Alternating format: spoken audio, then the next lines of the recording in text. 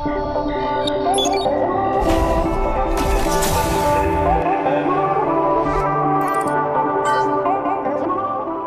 Gadgeters, balik lagi di segmen kecil ganas.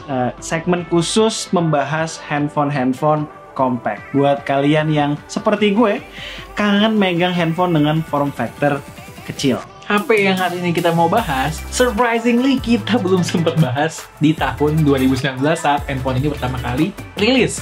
Nih, Samsung Galaxy S10e. Pada saat itu S10 Plus kita coba, ya kan? S10 biasa kita coba, S10e kita skip. Kita juga lupa gitu ya, kenapa gitu ya. Galaxy S10e ini adalah salah satu handphone compact terbaik di range harga 9 jutaan. Barunya loh ya. Kalau secondnya sekarang itu udah kurang lebih 7 juta harganya. To the point aja, di tahun 2020 ini sebenarnya Galaxy S10e ini minusnya cuma satu. Mau tahu apa? Nonton videonya. Nenteng Galaxy S10e itu serasa nostalgia ke zaman dulu, dimana kalau beli smartphone itu nggak perlu lihat spesifikasi beratnya. Soalnya pasti ringan dan enak digenggam. Gimana enggak? Galaxy S10e itu beratnya cuma 150 gram. Smartphone zaman sekarang tuh rata-rata mendekati 200 gram atau bahkan lebih. Begitu juga dengan dimensinya yang lebih imut. Sebenarnya kami pengen nyari yang warna canary yellow, tapi super jarang dan nggak rilis resmi di Indonesia. Jadi kami ya beli yang putih ini aja. Dimana lagi kalau bukan di Teman Ponsel. Harganya kurang lebih 7 juta. Seperti handphone second pada umumnya, bodinya emang nggak mulus 100%. Adalah goresan minor di sana-sini, wajar-wajar aja. Dari segi desain, kalau ada satu hal yang sedikit mengganggu buat gue adalah penempatan sensor fingerprint pada frame kanan. Terlalu ke atas, kurang natural aja dengan cara gue megang handphone. Soal akurasi dan responsiveness nggak usah khawatir, termasuk cepat. Mirip Galaxy Fold. By the way, S10 series itu flagship Samsung terakhir yang punya headphone jack loh. Suatu hal yang jarang kita temukan belakangan ini. Bahkan handphone mid-range aja ada yang sok-sokan ngilangin fitur ini. Selain itu, seperti S20 series, S10e mempunyai hybrid slot, stereo speaker, rating IP68, dan kemampuan wireless charging sekaligus power share alias reverse wireless charging. Kombinasi 3 fitur ini menurut gue killer banget untuk handphone seharga 7 juta. Khusus IP rating, untuk handphone yang masih berusia 1 tahunan harusnya masih aman, karena relatif muda. Jadi kemungkinan untuk rusak dan pernah dibongkar lebih kecil, walaupun tetap ada. Hal yang sama berlaku juga untuk flat OLED display berukuran 5,8 inch dengan resolusi Full HD Plus yang sudah mempunyai sertifikasi HDR10+. Kalau bahas handphone Samsung tuh enak kata Kumar. Nggak perlu panjang lebar nyusun skrip untuk jelasin soal layarnya. Fans brand sebelah aja pasti nggak berani nyela. Apalagi ini flagshipnya. Yang bisa gue bilang, kami so far nggak menemukan bekas burn-in khas layar OLED second di unit ini. Di sisi lain, as always, touch response-nya baik tap maupun swipe, top. Gue tahu nih, ntar pasti ada suara-suara Sumba yang bilang, layarnya belum 90 Hz tuh bang. Jawaban kami, mendingan OLED high-end 60 Hz ketimbang IPS jadi-jadian 90 atau 120 Hz. Terus sama kayak tips di Pixel 2, tempo hari gunakan opsi navigasi gestur, supaya space di bawah nggak kemakan. Overall, fluid kok experience-nya.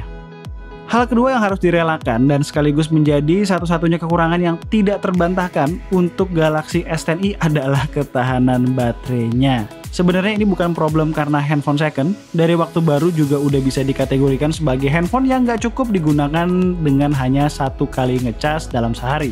Ya gimana enggak, baterainya cuma 3100 mAh, ditambah prosesor Exynos seperti yang kita ketahui kurang efisien power manajemennya.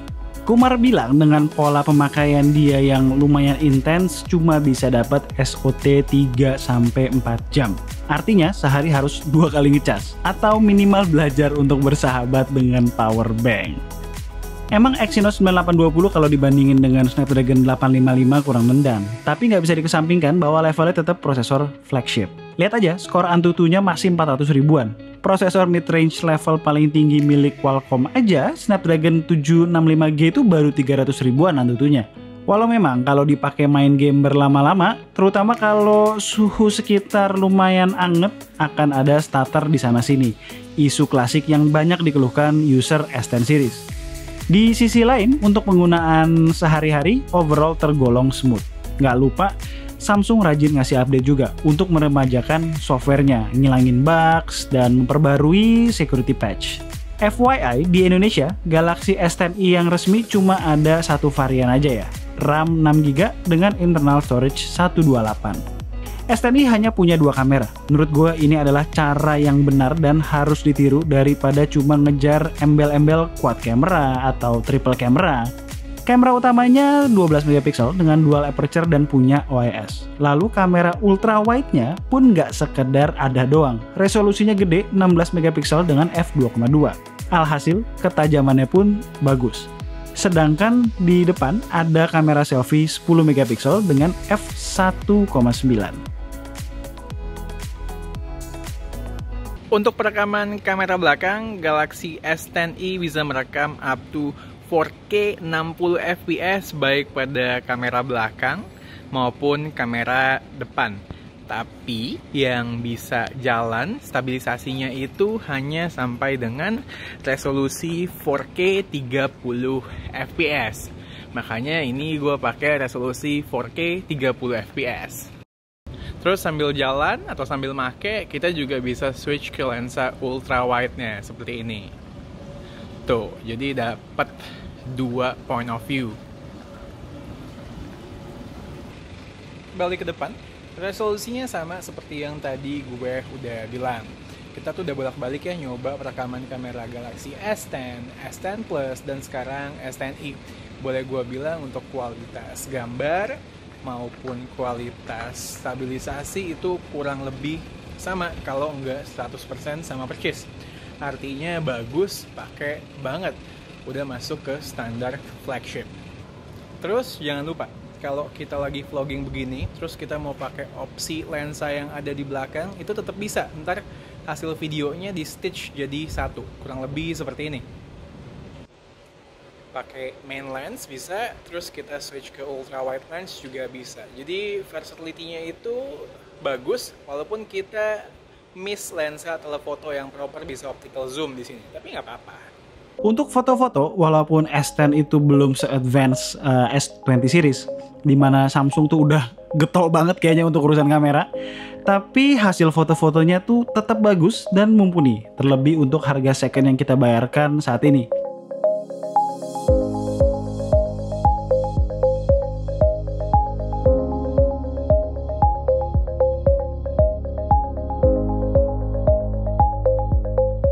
Untuk night mode memang pas awal rilis belum ada, tapi santai aja, sekarang udah ready via software update dan bisa digunakan di berbagai lensa. Membantu.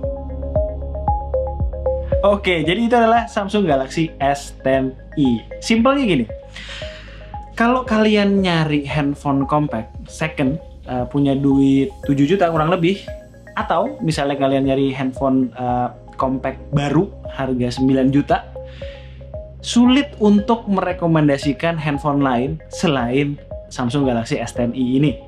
Kelebihannya itu kalau kita lihat banyak ya, nggak usah kita bahas.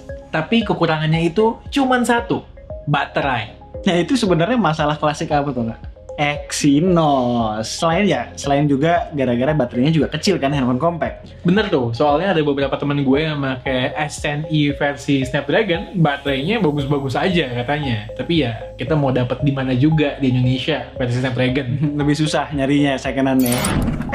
Tunggu dulu. Seperti yang kalian bisa... Ini bukan iklan ya? Biasa kan di tengah-tengah itu iklan? Bukan ya? Ini justru kami mau... Ini sebenarnya iklan juga. Sebenarnya setengah iklan. Intinya, seperti yang kalian lihat di judul di atas, ini adalah video yang ada giveaway-nya nih. Sekarang kami bekerja sama dengan biasa teman ponsel, which yang sobat partner. Ini S10i ini juga kita dapat dari teman ponsel kan, by the way. Terus kali ini hadiahnya cukup banyak. Lagi-lagi presented by teman ponsel nih. Gue nggak tahu nih dia dapat banyak banget nih dari mana. Hadiahnya ada 20 ya, 20 Huawei Band 3. Nih semua nih. Banyak nih. Terus juga nanti yang menang kita juga akan bagiin masker K2 Gadgets. Ya, kita pakai dong. Pakai dulu. Nggak jelek kok beneran. Nih, ada logo K2 Gadgets-nya, terus di sini. Sleek. Nah, di sini ada tulisan jangan ego, pakai masker. Nah, ini di sini di dalamnya juga kalian bisa selipin tisu nih buat filter. Oh, kirain buat handphone, men. Lalu. Dan jangan lupa, untuk pemenang utama ada hadiah Redmi Note 9 Pro. Kece kan? Caranya gampang banget, kalian tinggal follow akun Instagram K2 Gadgets dan juga teman ponsel.